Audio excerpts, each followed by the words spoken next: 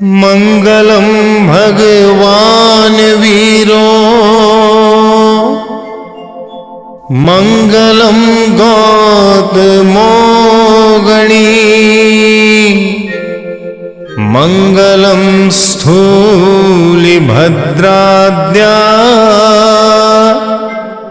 जैन धर्मोस्तु मंगलम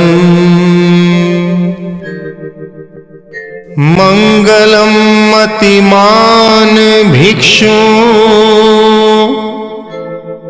मंगलम भारमल्लक मंगलम राय चंद्राद्या मंगलम तुलसी गुरु महाप्रज्ञोस्तु मंगलम महाश्रमणोस्तु मंगलम तेरापंथोस्तु मंगलम।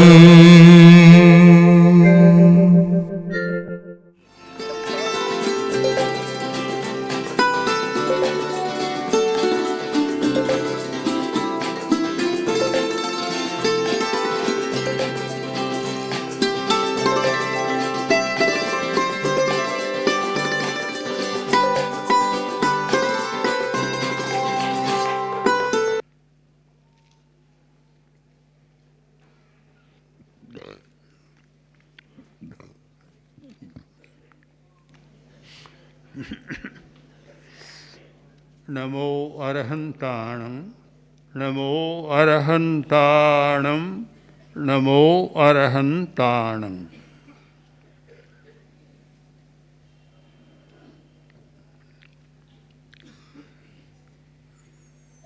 एक वर्ष पूरा होने जा रहा है, नए वर्ष का प्रारंभ सामने। समय तो आता है चला जाता है। एक बुद्धिमान मनुष्य के लिए ये आवश्यक है कि वह समय का उपयोग कैसे करे,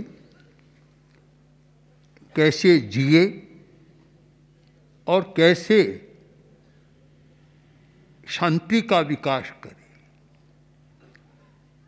जीवन का सर्वोपरि मूल्य है शांति, उसका विकास कैसे करें।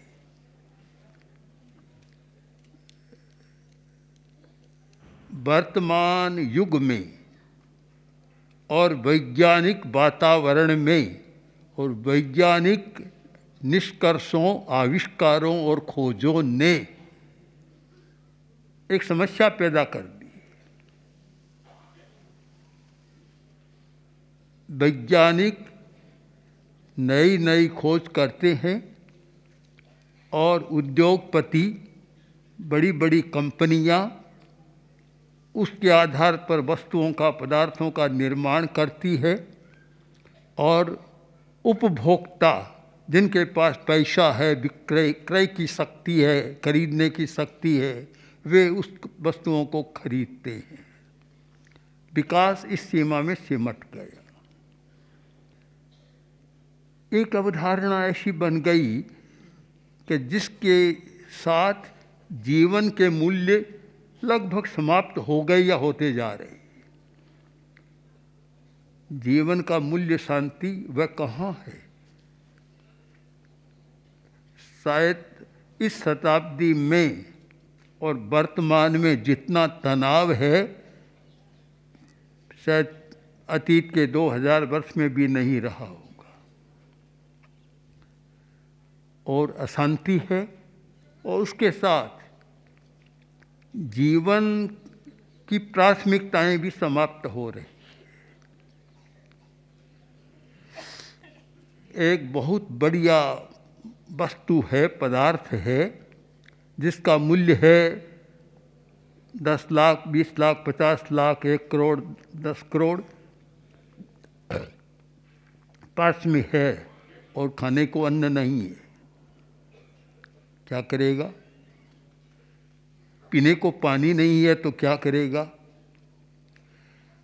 यानी विकास के साथ एक जीवन मूल्यों का योग होना आवश्यक था। तो इस विकास के द्वारा जीवन के मूल्य समाप्त हो रहे हैं, जीवन की आवश्यकताएं समाप्त हो रही है या और कुछ हो रहा है, ये चिंतन जरूरी था। वह चिंतन लगता है कि इस विकास की अवधारणा के नीचे दबता जा रहा है और एक मिथ्या अवधारणा विकास की बन गई और इसीलिए इतना अनावश्यक निर्माण हो रहा है। जीवन के लिए कोई उपयोगिता नहीं, या बड़प्पन के लिए या सुख सुविधा, कृत्रिम सुविधा के लिए। स्थिति ये बन गई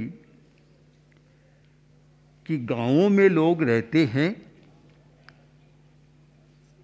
और पहले तो आनंद से रहते थे। अब जो शहरों की हवा और विकास की हवा पहुंचती है तो कंप्यूटर भी, रेडियो भी और एसी तक की बात भी कर लेते हैं और ये चिंता नहीं रहती है पूरा खाने को मिलता है कि नहीं मिल रहा है, बच्चों की पढ़ाई के लिए कुछ मिल रहा है या नहीं रहा है।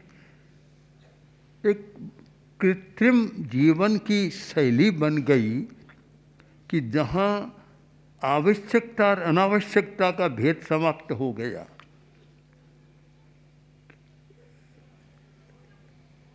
मैंने देखा है कि लोग बड़ी शांति से रहते थे और बीमारियां भी कम थी। 100 वर्ष पहले देखें इस प्रदेश में कितने हॉस्पिटल थे, कितने डॉक्टर थे और कितनी दवाइयाँ थी। बहुत कम, बहुत कम। और पूरे हिंदुस्तान को लें भी तो बहुत कम। कारण कि बीमारियां भी कम होती थी थोड़ी बहुत, किंतु उनका मनुष्यों का रेजिस्टेंस पावर, उनकी रोग प्रतिरोधक शक्ति इतनी मजबूत थी कि बीमारियां पास में आती नहीं। यह तो ठीक है कि बीमारी के कीटाणु, वायरस तो हर व्यक्ति के भीतर रहते हैं, किंतु वे आक्रमण कब करते हैं? जबकि रोग प्रतिरोधक शक्ति कम होती है तो वे आक्रमण करते हैं, नहीं तो वे पड़े रहते हैं, कोई आक्रमण नहीं कर सकते। तो मजबूत थी। अरे मजबूत इसलिए थी कि पानी शुद्ध था, हवा शुद्ध थी, वातावरण शुद्ध था और दिमाग भी शुद्ध था।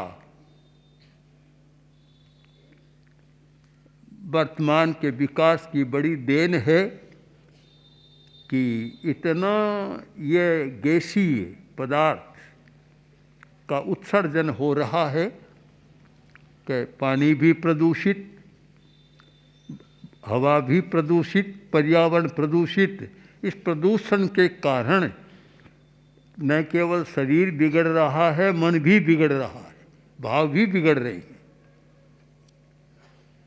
कल परसों हमारे पास एक भाई आया, शायद डॉक्टर ही था, उसने कहा कि आप ये पानी न पिए जो कुएं का आ रहा है।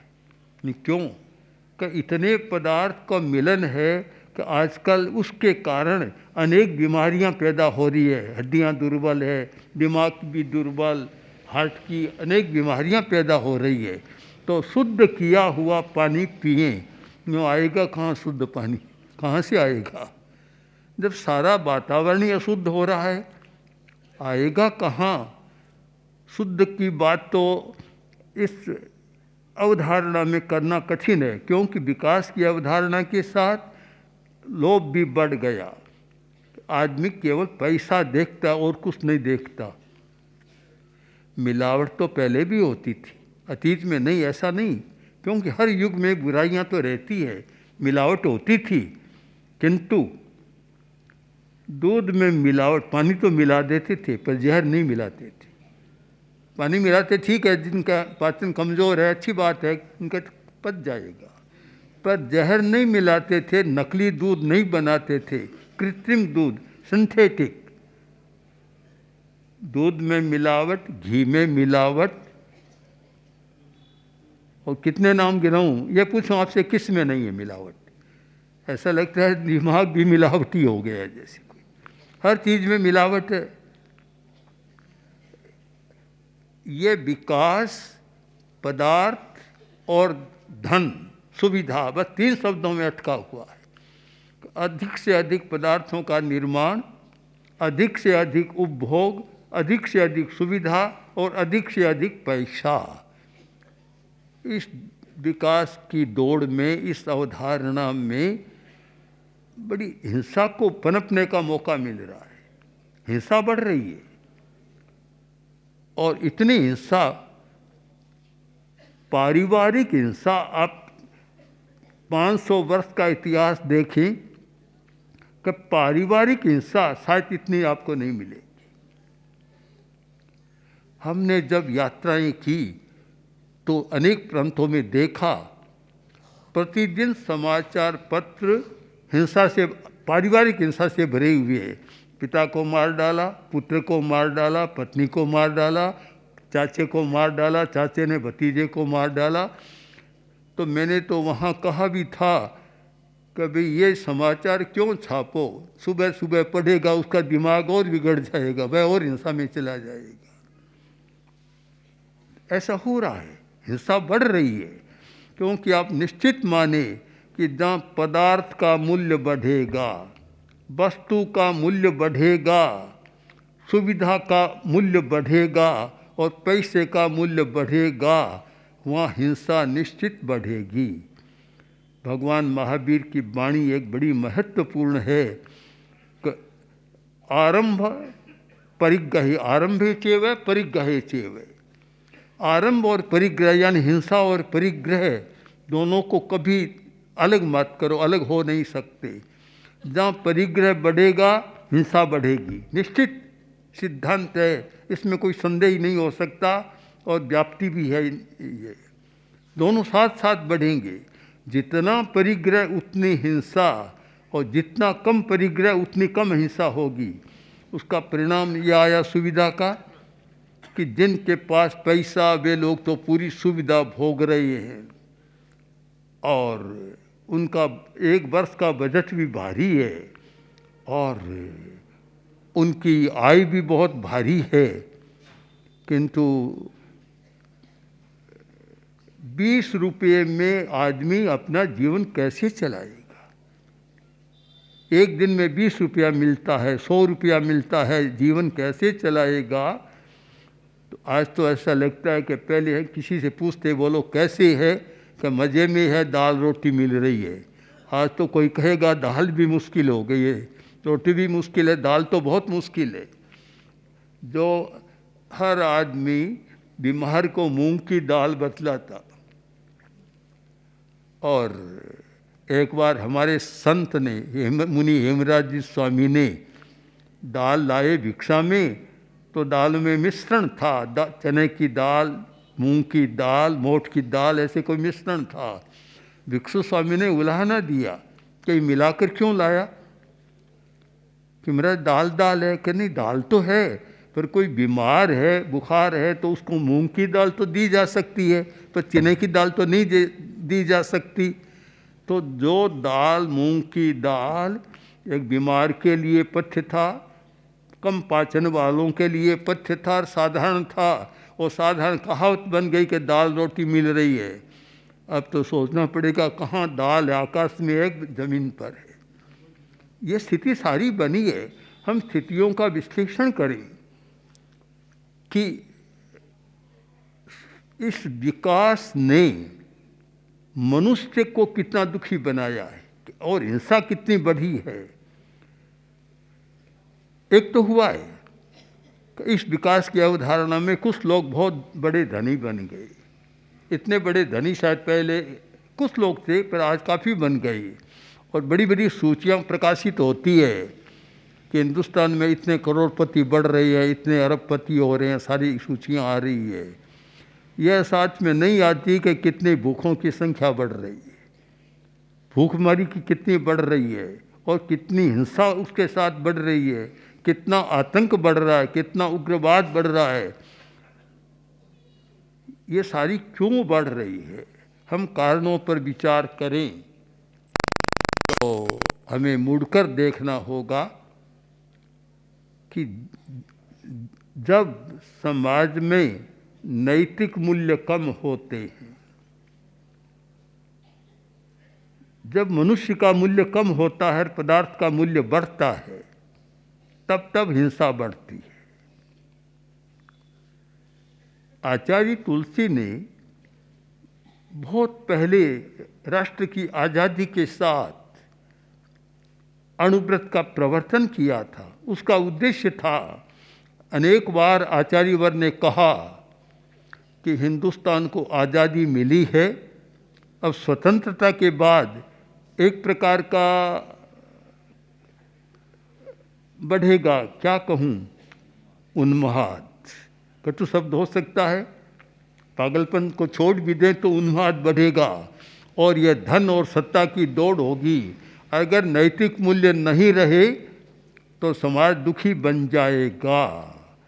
इस उद्देश्य से अणुव्रत आंदोलन का प्रवर्तन किया गया था, नैतिकता का सूत्र सामने रखा गया था, किंतु ठीक जो चिंतन था वही हुआ कि समाज ने नैतिकता को तो गौण कर दिया और पदार्थ मुख्य हो गए और सारी समस्याएं बढ़ गई। आज नैतिकता की बात तो करना बड़ा मुश्किल काम है।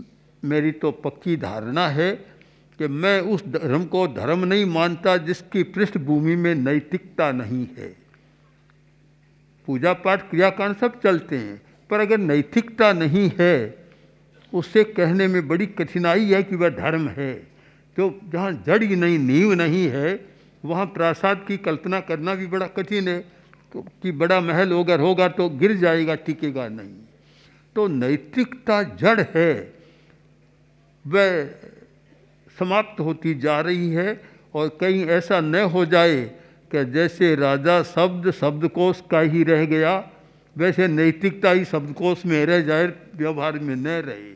यह स्थिति आएगी तो मनुष्य के लिए सबसे भयंकर स्थिति होगी।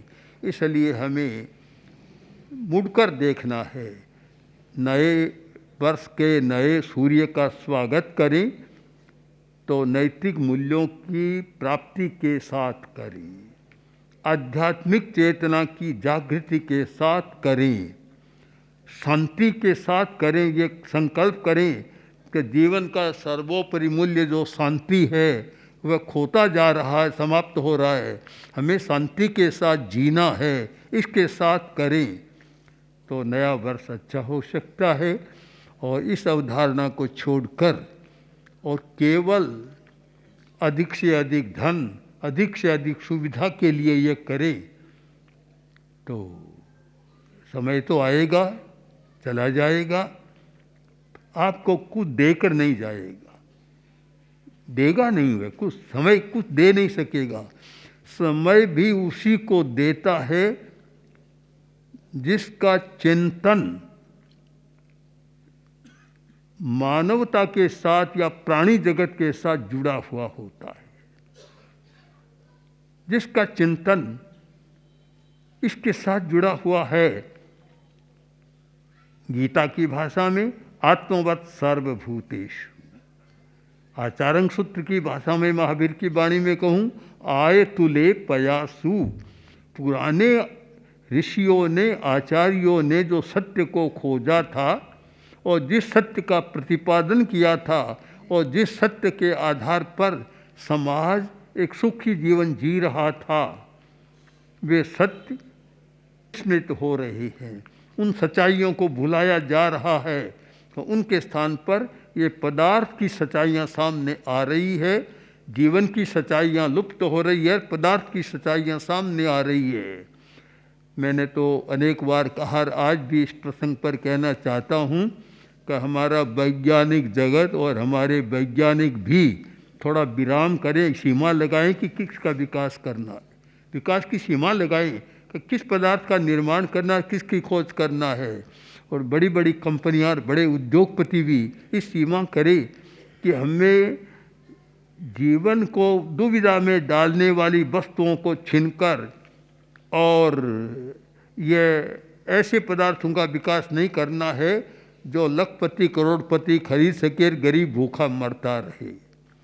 अगर यह चिंतन बदले तो शायद आने वाला वर्ष कल्याणकारी होगा।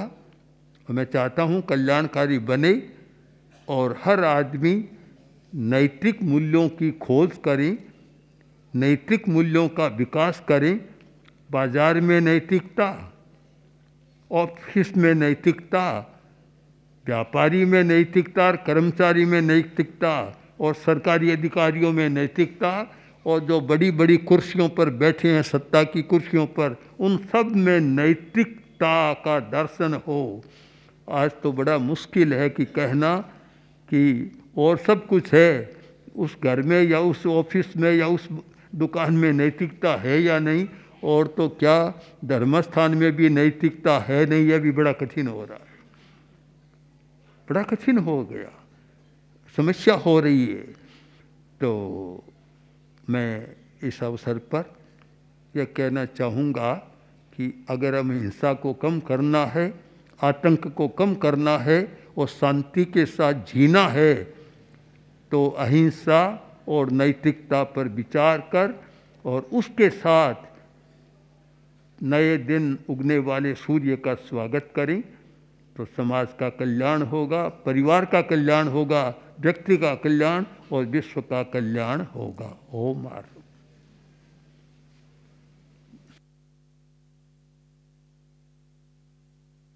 अब ध्यान का प्रयोग, पूरा प्रयोग अब शुरू हो गया है और सब ध्यान दें कि अवयव, उच्चारण और ध्यान तीनों साथ। जिस अवयव पर ध्यान, उस वही उच्चारण, जो बीज मंत्रों का उच्चारण है, बहुत शक्तिशाली मंत्र हैं, शांति देने वाले मंत्र, कर्म की निर्जरा करने वाले मंत्र। दयाचार्य ने बहुत सुंदर लिखा, आज 24 में आया था, निर्जरा के लिए। जब किसके लिए? 24 में नहीं, विघ्न की ढाल में, कर्म निर्जरा कारणे। हाँ, जाप किस लिए? कर्म निर्जरा के लिए। जहाँ निर्जरा है, आत्मशोधन है, वहाँ सब बातें अपने आप ठीक होती है। हाँ, तो ओम राम ह्रीं रोम राम रह ऐसी आहूषा नमः। हाँ, नए लोगों को बता भी दे एक बार जो